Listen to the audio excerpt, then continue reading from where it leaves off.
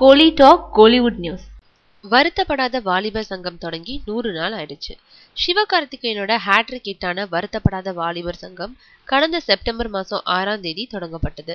சிவாவோட ஸ்ரீதிவ்யா சூரி நடிச்சிருந்தாங்க. பிந்து மாதவி சிறப்பு தோற்றத்திலையும் நடிச்சிருந்தாங்க. பொன்ராம் இயக்கியிருந்தாரு. ராஜேஷ் எம் வசனம் எழுதியிருந்தாரு. வருத்தப்படாத வாலிபர் சங்கம்ன்ற சங்கத்தோட தேசிய கீதத்தை இமான் இசைக்க அந்த கீதமே படத்துக்கு ஓப்பனிங்க கொடுத்து இப்போ சங்கம் 100 நாளுக்கு வந்துடுச்சு. சத்யம், எஸ்கேப், தேவி, அண்ணா, பிவிஆர், மாயாஜால்ன்ற இடங்கள்ல சங்கம் இன்னும் சில காட்சிகளா செயல்பட்டு தான் இருக்கு.